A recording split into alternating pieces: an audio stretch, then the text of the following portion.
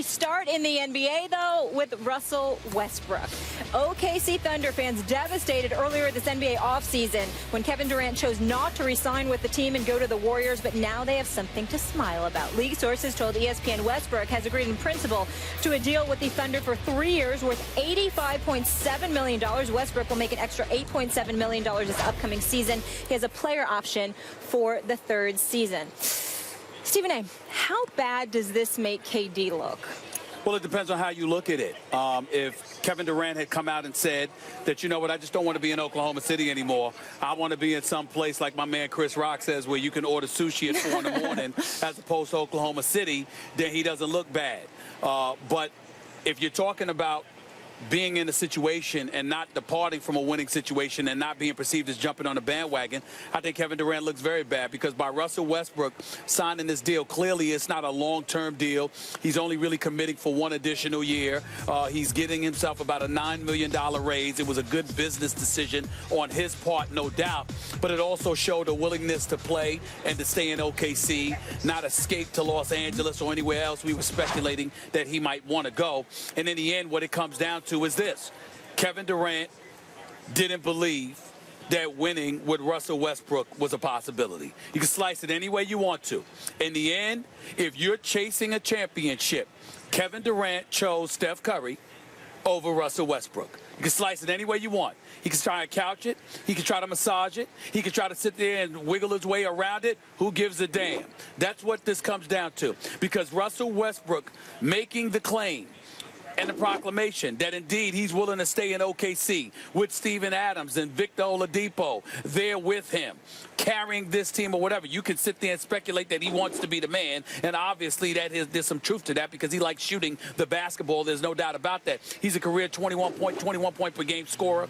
We know how electrifyingly athletic he is, the most athletic point guard in the history of the NBA, if that's what you really want to call him, a point guard. But in the end, Kevin Durant can slice it any way he wants to. He preferred the thought of playing with Steph Curry more so than playing with Russell Westbrook. That's what this move comes down to, because Russell Westbrook saying that he's not willing to leave in all likelihood is something that he made clear to Kevin Durant, and Kevin Durant chose to part ways anyway, Mike. If your thesis is that this makes Durant look bad, then Stephen A., Mr. Basketball, I respectfully disagree. Look, in the moment, Westbrook wins the headline. Westbrook wins the hearts of the old school guys who consider it, you know, the tough guy, old school way to, damn it, you stay where you are and you try to make best, you know, with what you got. He'll win the headline today and he'll make Durant look bad today. But that's okay, because there'll be more headlines tomorrow, and the headlines will read eventually. Kevin Durant made it to X finals, and that X is going to be more than one on that squad. And one Y finals, and that Y is probably going to be more than one on that squad too. So history will record. And then years from now, there'll be documentaries about how, well, Westbrook never won a title, but you have to understand, he was the guy who stayed there. And what were Westbrook's options? And Westbrook is my favorite player in the NBA. That guy has rabies when he plays. That guy is unbridled aggression. There's no one I like to watch more than Russell Westbrook. But what were his options? He's not a free agent. So any team that traded for him would have to gut their team, and he wouldn't be going to a very talented team. And then even look at the teams who could really use him to put him over the top. A lot of them have point guards. What was he supposed to do? So what did he do? He optimized his money by getting paid now, by having opt-outs when he gets 10 years in the league, so he gets a new max deal at new max money. He did the smart thing. I don't think it makes Durant look bad at all. Well, he did the smart thing from a business perspective. And it's not a matter of Durant looking bad because he decided to leave OKC. I've been on the record saying I have no problem with Kevin Durant deciding to leave OKC. I had a problem with him picking to go to the team that actually knocked him off and that actually beat him. But you also have to remember that Kevin Durant is after championships. Kevin Durant wants a ring. Kevin Durant was on a championship contender and decided to go to the very team that beat him, who happens to have the reigning two-time league MVP, who plays the same position as Russell Westbrook. So essentially what you're saying after coming to Russell Westbrook's defense in press conferences where Mark Cuban talked about him and other places where other media pundits and beyond have talked about Russell Westbrook, the number one protector, the number one defender of Russell Westbrook was Kevin Durant. Yet when it was time and you had an opportunity to make a decision, you chose somebody over Russell Westbrook in order to go and play with them. Now, I'm not saying that makes Kevin Durant look bad, but I'll tell you what, it does make him look a bit disingenuous considering how so quickly he was willing to come to the defense of Russell Westbrook only to jump and, just skip out of town the second he had an opportunity to. In the end, again, it doesn't make Kevin Durant look bad. I don't mean to imply that. What I'm trying to say is, let's be real. Let's be real. In the end, it comes down to one reality and one reality. You did not believe you could win a championship with Russell Westbrook. Well, that's what you're saying. Now, by the way, just to get to your point, because you're quick to sit up there and say, Stephen A., is the insider talking? Did you hear this from somebody? Or is this what you believe? Let me clarify. When it comes to this particular issue, yes, I have people close to Kevin Durant, regardless of what he thinks. I am telling you what they said. He cannot win. Their words were, he cannot win a championship with Russell Westbrook, Stephen A., and you damn well know it. And I said, did Kevin Durant say that? And they said, no comment. Now that's the insider. What I deduce from that is clearly that's what you believe. And clearly you were convinced to believe that, and you might not have needed to be convinced to believe that, but it's clear you don't feel that Russell Westbrook was going to facilitate you capturing a championship. So all of this bloviating in his defense all of these years seems a bit disingenuous at this point. What do you want him to do when that's his teammate? That's his partner in crime. He's got to pump him up. Now, you don't want to turn Russell Westbrook. You don't want to turn Russell Westbrook into something that he's not. You can only tamper with his kind of aggression so much. But I can't hold it against Kevin Durant that he spoke out and spoke up for what Russell Westbrook while they were teammates, but that when it came down to him making a decision for his career, Stephen A., he's looking at 30 in the not-too-distant future, and he's looking at Westbrook, who's more talented than Steph Curry or anyone on the Warriors, more talented, but he's looking at the Warriors and saying, why does this have to be so hard in terms of the way we play? Why does it have to be a question, who gets the last shot? Why do we have to be playing in isolation so much? I want to play the right way with those guys. You know who gets the last shot? The open man. I don't want to have to worry with all those other kind of things. You know what? You should be ashamed of yourself. I can't believe you just uttered those words out of your mouth. And I understand you cover the sport of boxing, and in the end, that's an individual sport because you're in that boxing ring all by yourself. I do get that point. I do get that reality. But let's also not act like you don't know.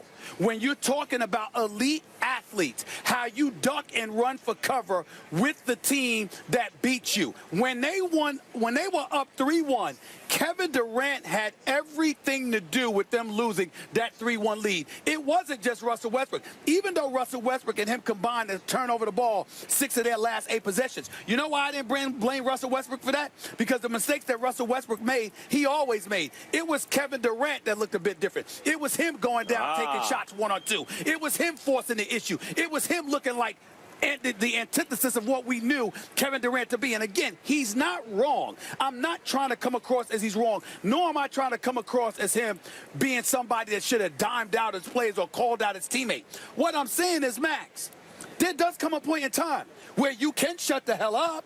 You can sit up there and go like this. Well, you know what?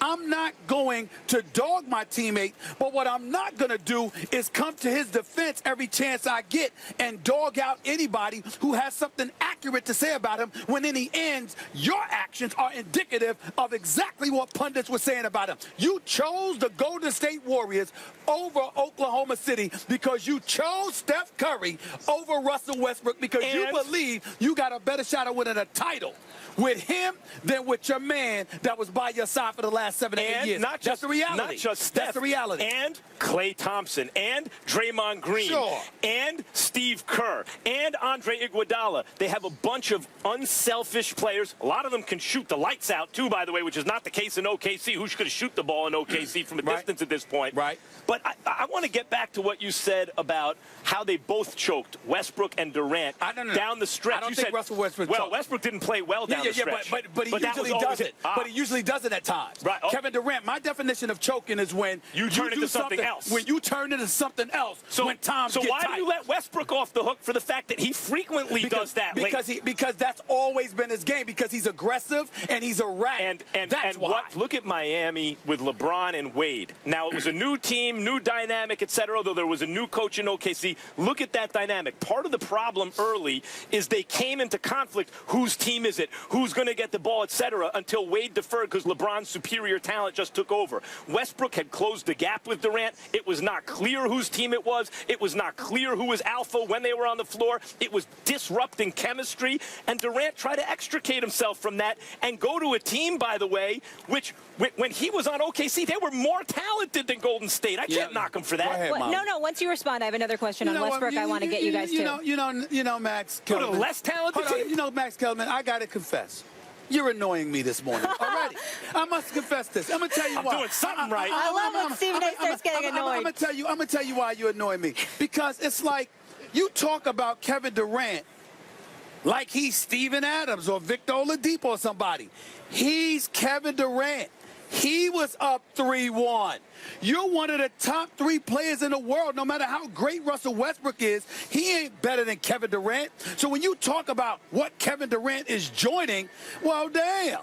I mean, you're the superstar, and you were up 3-1. You were supposed to close the door even more so than Russell Westbrook. And it's like you glossing over that and acting like it's no big deal that he jumped on a bandwagon for the team that beat him. I would not have had any problem with Kevin Durant going anywhere except to the team that knocked them off. If that team had won a championship, I agree with you. They did not. I don't think it's a big deal that you collapsed in the Western Conference Finals and then go join that team. Had the Warriors won 73 games, defended their title, back-to-back champions, beaten Cleveland, and Durant goes there, that's weak. But just to survey the landscape and say, I think I have the best chance not only to win, but to play the kind of basketball that I believe is winning basketball, is more egoless basketball, I'm not going to fault him for that. And by the way, you and I are on the same page. Durant's better than Westbrook. However, Stephen A., let's not pretend that the world hadn't changed. When Durant got hurt and Westbrook was the sole real option on that team, he elevated his game. He became MVP caliber, and it was not clear. You and I may agree about it, but there are plenty who would disagree that Durant was clearly better than Westbrook this past season, that it was clearly still Durant's team. I think Westbrook had elevated to the point that that was a question. I think it interfered with the way they ran that offense late in that series against OKC. I mean, against Golden State. Kevin Durant averaged 27 a game.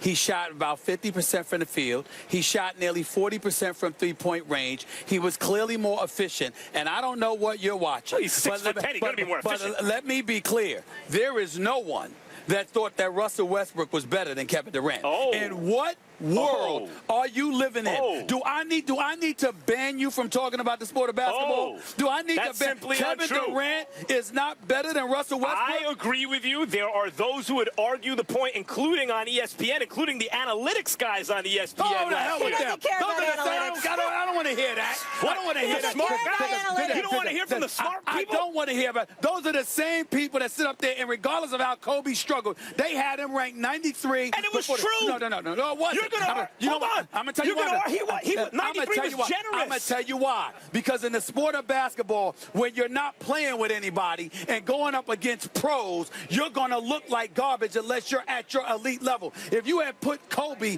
on a damn decent basketball team, what? The problem with that argument is I can't disprove it. It's just assertion. What you're saying is the numbers. You're saying the numbers don't count. Well, Kobe was really inefficient, et cetera. Well, that doesn't count. Yeah, but the eyeball test said he wasn't good. And then you say, well, because he's not playing with good players. Excuse me. And then if he would have been playing with good players, you'd have another excuse. Kobe's damn near 40 years old. Right. He was the #1 option. You had Roy Hibbert and Clarkson and Swaggy P. And Are you saying Kobe wasn't the 90? He was better than the 93rd player last year? Not at all. Yes, I am. Oh, I'm saying this to you because I'm not going by the numbers. I'm going by his situation. If you put Kobe on a decent if you put Kobe on a decent team, he would have looked better than he looked. Okay. Don't act like he was playing with a team. You know how much better he'd have had to be a good player? But what I'm asking you is this. You're trying to gloss over and ignore the fact that the brother won 5 rings and he did what he did. I mean, come on now. Now you're switching the argument. I'm not switching I'm not saying Kobe's not one of the greatest players of all time. I'm saying last year he wasn't good. Last year he was awful. But what I'm saying to you is that it had a lot to do with the scrubs you were playing with. And a lot to do with the fact that he had catastrophic injury in the not-too-distant past, and a lot to do with the fact that he's just old. You're getting open shots, and you don't have to work as hard as you have to work if you got teammates around you. Why did Kevin Durant leave for Golden State? It was because of the collection of talent he was joining. But not because he was shooting 38% from the floor or whatever it was. I agree with that.